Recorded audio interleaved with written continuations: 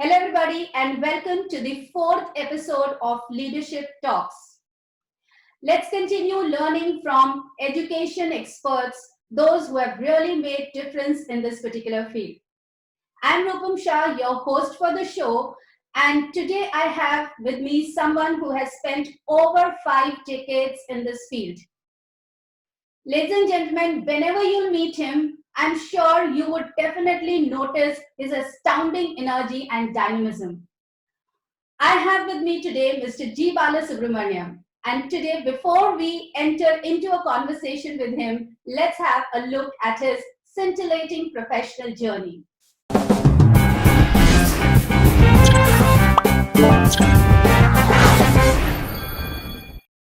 Mr. G. Balasubramaniam has served in CBSE as Director Academics and Chief Vigilance Officer. He has been a Chairman Technical Committee NABIT QCI. He holds a certificate in Project Technology from Trent College of Education UK and is certified Master Trainer for Skills Development from Glasgow, UK. He has served in the field of education as a school teacher, principal, educational administrator, and now an advisor to many prestigious organizations. He has authored several books for teachers, academicians, and educational administrators. He has received the Seva Ratna in Education and also Lifetime Excellence Award for Adolescent Education. He is known for his innovation in curriculum development and interactive pedagogy. He has been instrumental to the introduction of several innovations in curriculum. Those who have attended his trainings would vouch that his sessions are highly informative and he leaves his audience spellbound. Welcome, sir, to this talk series, and I'm so happy to have you over here and to be talking to you is an honor. And I want to begin with one thing which I've always noticed in you, and that is your energy. Even after 14 years of retirement, you are working, you're still working, and you're working at a greater pace. So, sir, I just want to know that from where do you gather this energy? What is that which propels you to work? Well, I must first say it is a divine grace. Without His grace, you will not be able to work at this age and at this speed. And especially for me, after I have underwent bypass surgery about 4 years back, that still I will be able to get back and then get on to the work. And that's possible only because of the divine intervention. And I think that's one of the things which I'm grateful to the Almighty. The second factor is that I always believe passion. Passion is all that what drives you for the energy. Defining passion, somebody said that when you set yourself on fire, people love to come and see how you burn, right? So in other words, whatever you do it so extraordinarily well so that people will come to see how best you are doing. And the passion is something which tells you how do you maximize your intellect, how do you maximize your knowledge. And therefore, passion drives a lot of dopamine, and the dopamine delivers a passion. That kind of a cyclic system is set across. And I think that's a very important thing for a person to be doing what he does. As a matter of fact, I have, after my retirement, done about 1,800 training programs, scaling more than 50,000 teachers across the country, almost nook and corner of the country, not only metros, deep down villages, right from Mizoram to Bhuj and abroad. And I think I've enjoyed being with teachers and sharing their experiences. And to me, every single experience has been a great learning experience. Lovely, sir. So it's the passion which drives you and provides you, continuously feeds you with that dopamine, as you said, and that's the reason that you are able to, take yourself into your trainings with so much of energy. That's lovely, sir. Even to hear that, even after a bypass, you have gone ahead and done around, trained around 60,000 teachers and 1,800 training programs. That's an astounding figure. Sir, just wanted to know that having a look at your professional journey, do you think it has just happened or you have designed it yourself? Honestly speaking, I never thought I would be a teacher. Rather, I wasn't mentally prepared for it because my father, who was a teacher himself, had advised me that I should get into some other profession because he was a teacher himself. Right? And having done my post-graduation in chemistry, I thought I must go into a field of science, and therefore I joined the police department, the forensic sciences department on crime investigation for nearly 2.5 years. I really enjoyed my job till one day I found that now night and day you are thinking about the crimes, and therefore that's not a right thing to do, and I want to get out. So I moved out to petrochemical industry. I worked for 2 years on a petrochemical plant, and but then I realized that I am not a person who is made up for machines. And because I enjoyed poetry, I enjoyed literature, and therefore I thought I must get out, and I quit my job, and I was trying for a better administrative job life. That's the time, after about 10 to 11 months, somebody told me that there was a vacancy for a post of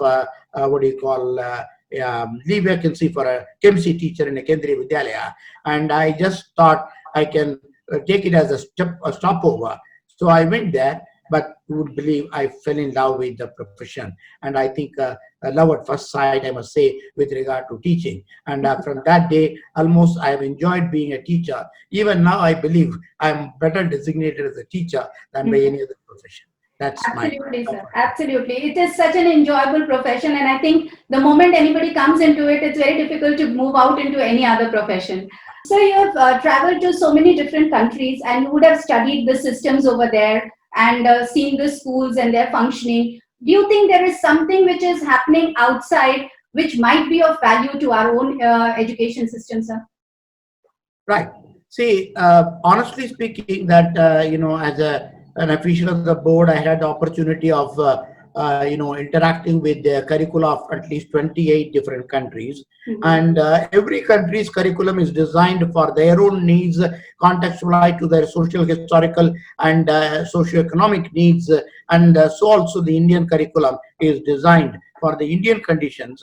And I have always felt that the Indian education system is certainly a far, far superior system, and nothing to feel, low about it. And I think it has created the best of the people across the world. And we should have a negative view about the Indian education system. But nevertheless, as the Rig Veda says, Ano Badraha Ratu Yatu Vishwataha, that the world, noble thoughts come to us from every corner of the world. And similarly, we have to learn from different curricula. And to me, one of the factors which I would think is very important is that the Indian education system has been largely a top-down approach after the British intervention. Before that, it wasn't. But now what happens is it has become a totally examination-oriented system, and thereby delinking the process of thinking in the students.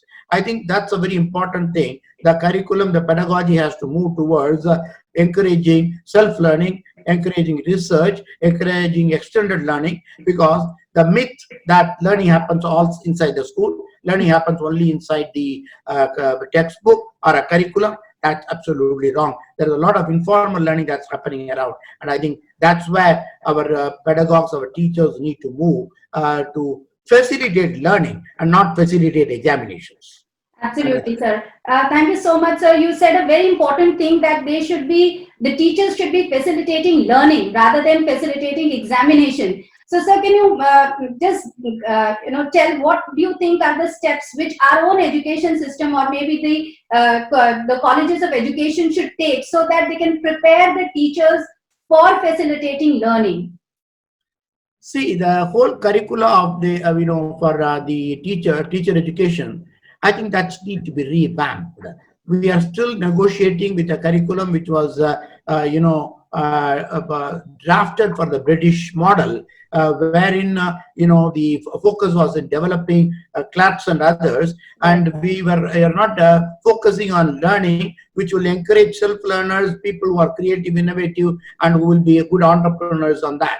So the paradigm of teaching has to change. The very word pedagogy comes from the Roman word, where a gog was considered to be one who escorts a child, and because he was walking along with the child, he was called a pedagogue. Basically, he was a mentor. Hand holding of the child is all that is important. So a process of pedagogy is really hand-holding the child for a process of education, and then the child is developed to his full might, full competency. And unfortunately, we have got a top-down approach. I think the curriculum of teacher education has to be totally repositioned. Right, sir. Sir, we've talked about the teacher, and because I do meet a lot of school leaders, and they say that there is a lack of good teachers inside, and it's very difficult to get good ones. Also, we get to hear that there are not enough good leaders. So, good principals are also not there. So, how do you think, sir, that the current scenario, in our current scenario, there are a lot of middle leaders who are there functional inside the school. How can the school leaders grow these middle leaders to take up higher positions and become competent principals?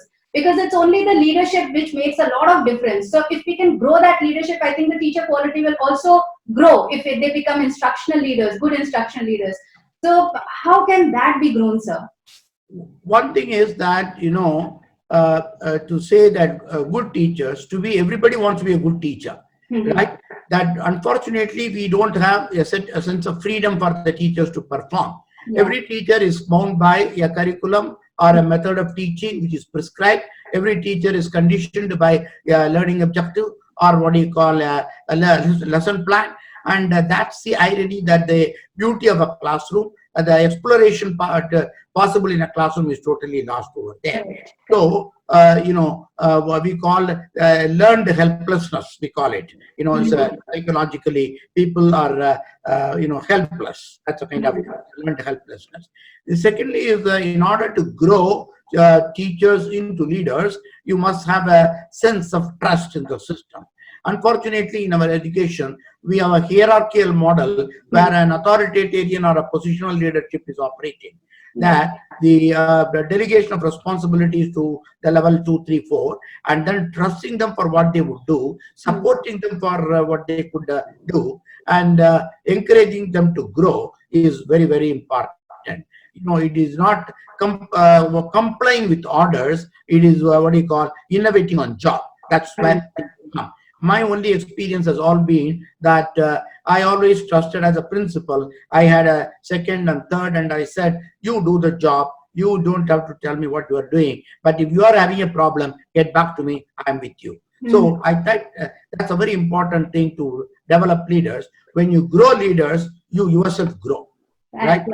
Suppress leaders, right? You are also getting suppressed. I think that's a very simple logic. Great, sir. So what you're talking about is to distribute the powers amongst the others, understanding what is the expertise of somebody and then giving away the powers and saying that you take decisions.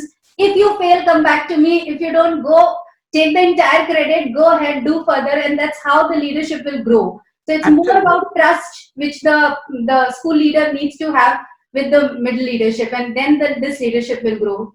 Yeah, we talk about participative leadership rather than positional leadership, Correct. That's a very important. A school works on shared vision, right? That's a very important thing. Right from the gatekeeper of the school to the principal and the management, everybody must share the vision. Correct. And that will work with the vision. I think leadership is all about developing the shared vision in everybody in the system. Absolutely, sir. Sir, we've seen that of late, the school leaders, they have to manage a lot of directives from various government organizations, and then there are issues which are related to teachers, of students, and the parents, and the school management. Everything has to be handled. So the life of a school leader is really stressful. Every day that they go to the school, there is a lot of crisis management which needs to be done. So, sir, do you think you have some mantra for them wherein their life could be a little less stressed, if not stress-free? Well, there is absolutely no mantra in the sense that they have to live with that. That's a simple mantra. Second point basically is that unfortunately the academic leaders have been, positioned into what you call glorified clerks, right? Delivering the data, delivering the information and all that.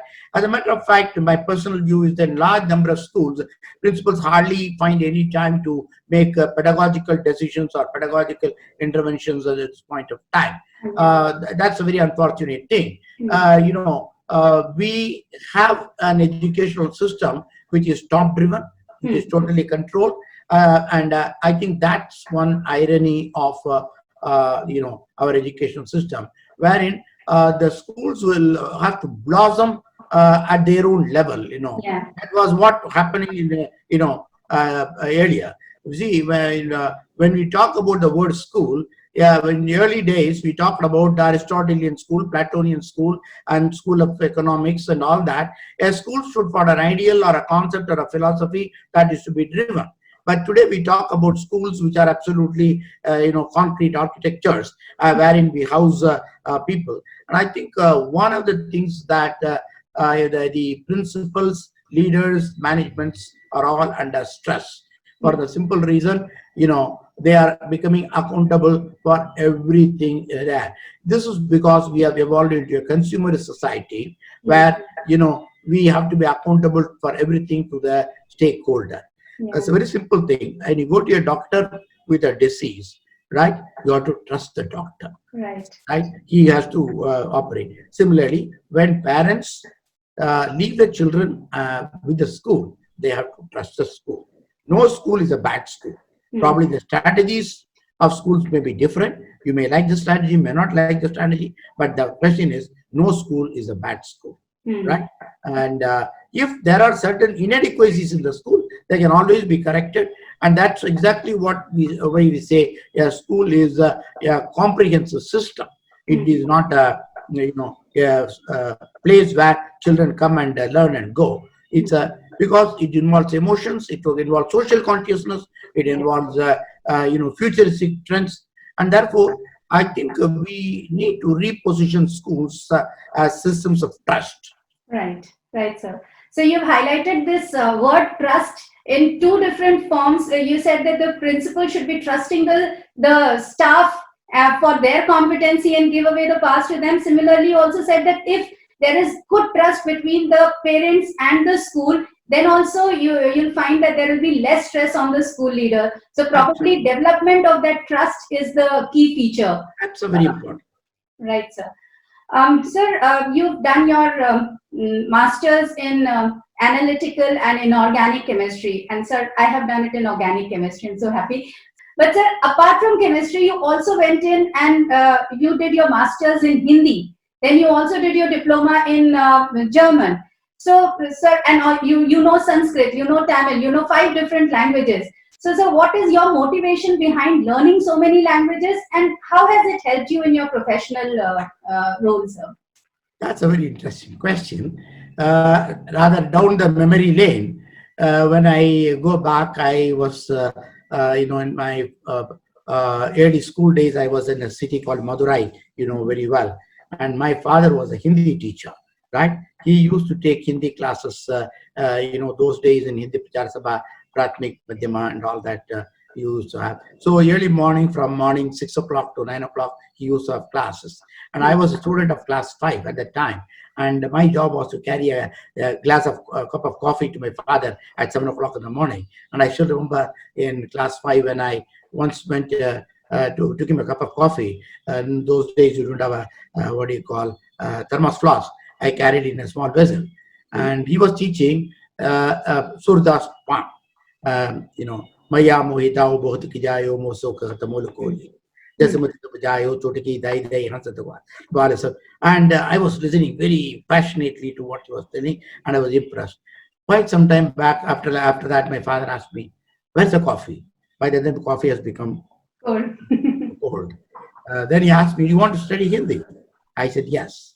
So I started learning Hindi in class 5, being motivated by a poem of Surdas. Okay. And that was a journey. By my 10th class, I had passed my Praveen examinations. And all these days, literature in Hindi, right? And by the time I finished my graduation in chemistry, I had done my Sahitya Ratna from Sahitya Anushilana Samiti Prayag. And studying the poet literature in Hindi provoked me to study literature in English. So I started learning the entire complete works of Shakespeare, complete works of Shelley. So I learned it not for examinations, not because I wanted to do an MA. So I studied all Tamil literature, all English literature, right? And that was a sense of enlightenment to me. right? And my, journey, though I'm basically a science postgraduate with called the left brain, my right brain has been actually active as much. So I have always balanced both the sides of the brain, and I've enjoyed literature, immaterial of the language, what it is, because literature is a very important thing to humanize people, right? To synergize people with the social consciousness. Right. And I think that's what really drew me. Sometimes, I used to write poems. I have nearly 400 poems in Hindi and about in Tamil, and I've got 2-3 publications in English in poetry. But then the question basically is, people ask me, "You're a Tamilian, how could you write in Hindi?" Language is only is not a barrier. It's only a tool for you to communicate your emotions. And that helped me. Studying Hindi helped me to move to Delhi, live my 25 years being in Delhi, and some occasions in CBSE when I was there, I also officiated as a Hindi officer, a Tamilian, doing that. So even now, I have a great fancy for literature. Right. Sir, I have read your articles, and you do mention about the Vedas in that, a lot about the Upanishads, and in your sessions also you bring in a lot of learning from there, sir. So you got time to be, have you already read all the Vedas, and how do you, so my biggest thing is, how do you remember the right thing at the right time to be spoken? So if you could give some tips to people who are actually addressing public gathering, and if they can do it, because you captivate your audience, sir. So I just want to understand it, sir. Very simple thing. When, there's something in learning called, brain scientists and neurocognitive psychologists use a word called ECS, emotionally competent stimuli. A stimuli, when it comes to you, which attacks your emotions, which attaches itself to your emotions, it goes to your long-term memory. Okay? And if you just hear, or if you just read, it goes to your short-term memory. Okay. The problem today with most people is that, in literature, be it English, Hindi, or any other subject there, people read for examinations. And therefore, they forget once the examinations is over, right? But there was a time, when I used to recite Kamaini, 2-3 sagas, which are supposed to be one of the most difficult things. And because it was a passion, I learned it for, that. That's why when people ask me quotes from this part, that part, whether it's Wordsworth or Shelley or, Jayashankar Prasad or Maitri Sharan Gupta, because I learned it with a passion. I didn't learn it for an examination. Right. So they stay with me. They are emotionally attached with me. So when such emotions come, automatically those, poems come. And that's true of teaching. Right. Now, when teachers do their job emotionally, whatever they want to do, that will automatically come to their head. Right, sir. So it's a very important thing which you said, that whatever you read, it actually, you emotionally get attached to it and impacts you emotionally, and therefore it goes into the long-term memory. And so it comes to you as and when you require at an appropriate time. That's it's like fine-tuning a rodeo when you get the frequency. And similarly, when those emotions operate, those particular things automatically come through. Yeah. Great. So this last question for today, and this is something which I ask everyone, that who is your role model, sir? What are those things, or who are those people who have really, who are instrumental in shaping you? Well, I will first give the position to my parents, right? My father, he probably never went to a school beyond class 5, but subsequently he studied in a Sanskrit Vidyalaya, and then subsequently he did his MA in Hindi, MA in Tamil, and he did his BOL in those days, and he has been a self-learner throughout his life. So I remember when I wrote my SSLC exam, he was writing his MA examinations. So, okay. Yeah, so I have seen my father, being a self-learner. Second is that my mother, though she had not been in the school, even now she is in 94, she reads newspapers regularly and asks me, what did Trump say about it? What happened in CAA at the 94? That's a curiosity. Learning is not about schooling. Learning is not about taking a degree. You Hmm. understand? And in professional life, I had to call somebody as a model, where I told you the name of Kulapati Balakrishna Joshi, who was one of my early principals when I became the teacher, who said that yeah, teaching is all about energy, right? Teaching is about, all is about your positivity.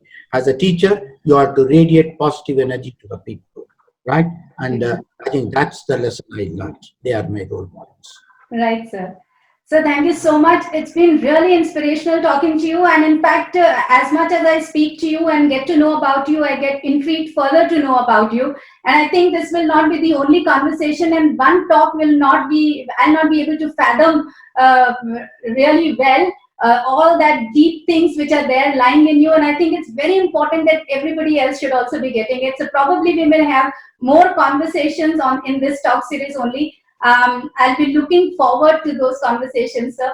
Thank you so much for giving your time, sir. Thank you. Thanks a lot, sir. Anytime, any day, because finally, life is all about giving. So if I could give something to the teaching community, which has made me what I am, round the clock I am available. Thank you so much, sir. Thanks a lot, sir. Thank you. So, ladies and gentlemen, you heard Mr. G. Balasubramaniam about his life's journey, his knowledge, all that which he has gathered in so many years of his working, he has shared with you. I'm sure it would have been helpful. So stay tuned and keep watching Leadership Talk, and I'll be back with another education expert. Thank you so much.